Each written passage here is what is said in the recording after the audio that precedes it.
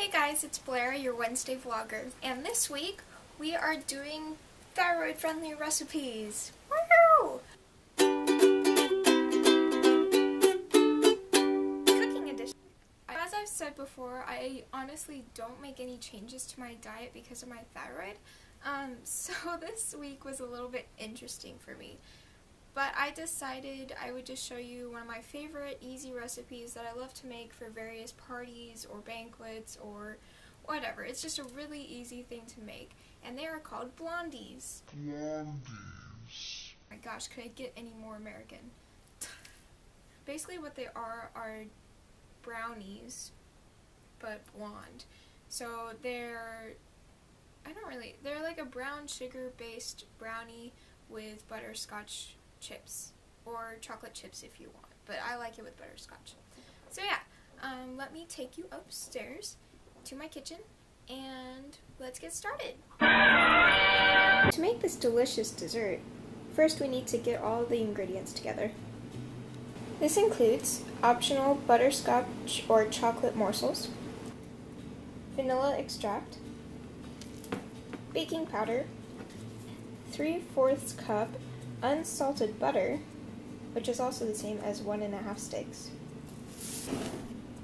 flour, salt, light brown sugar, and 2 large eggs, beaten. The first step is to preheat your oven to 350 degrees. And then you need to grease your 9x13-inch pan. Now we can finally start making our blondies. And we're going to start with melting our 1½ sticks of unsalted butter. I'm going to use my microwave to do this, and I have a setting especially for this. You should make sure to keep an eye on your butter so that it doesn't explode, like so. So once you have your melted butter, you're going to take 1½ cups of light brown sugar and put it in a large bowl. And once you have this, you're going to add your melted butter and mix them together until they're fairly smooth.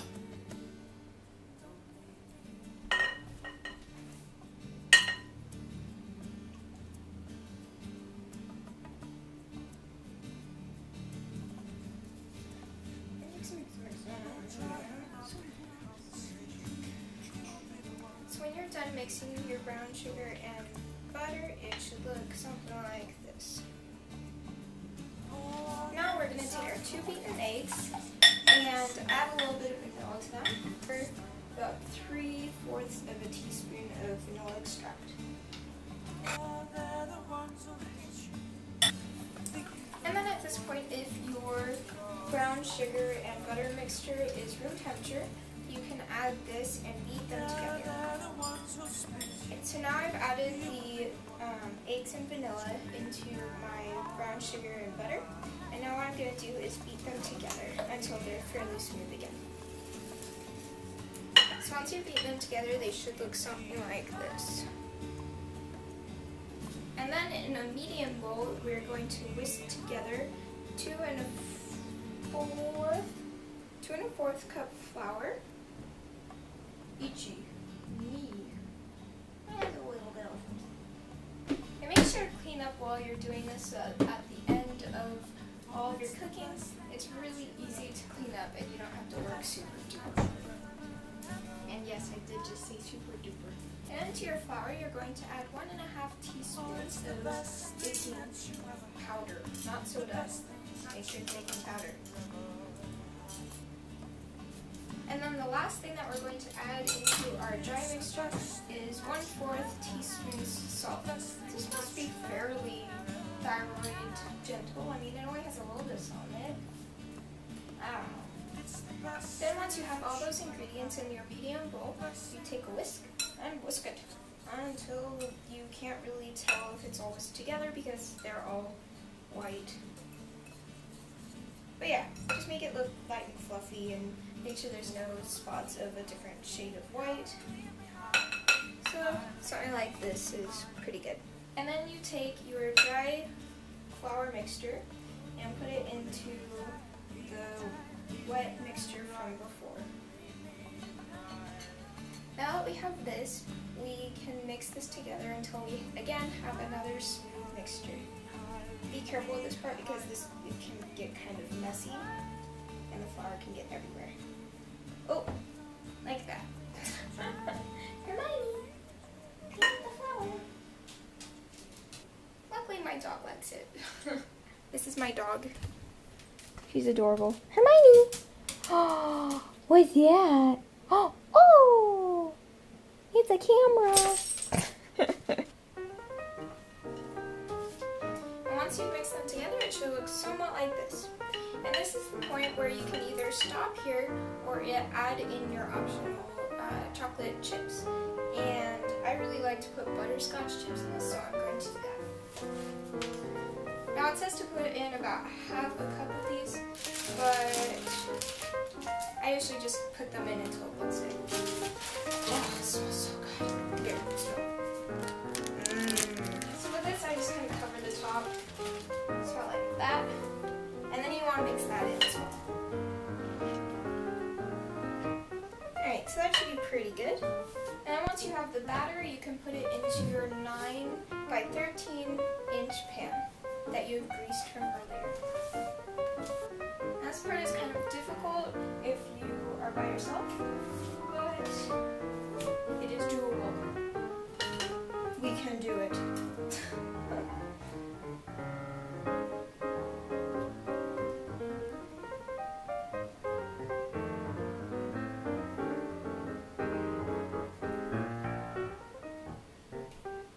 And at this point, I like to take a spreader thing and just kind of make sure that it gets into all the corners of the pan. And then, you know what to do with this. Oh, you got. Who cares if there's raw eggs in it? I'll be fine. And now we have this. So what I'm going to do is put it into the oven for about 20 minutes, or until I can get a clean cut in the middle without anything coming off on the toothpick. So here it goes.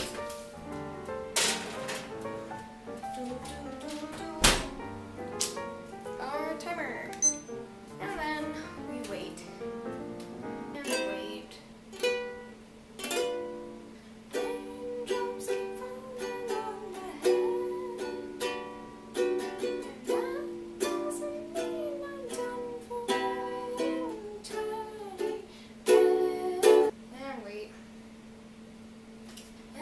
So I'll just keep waiting for the sun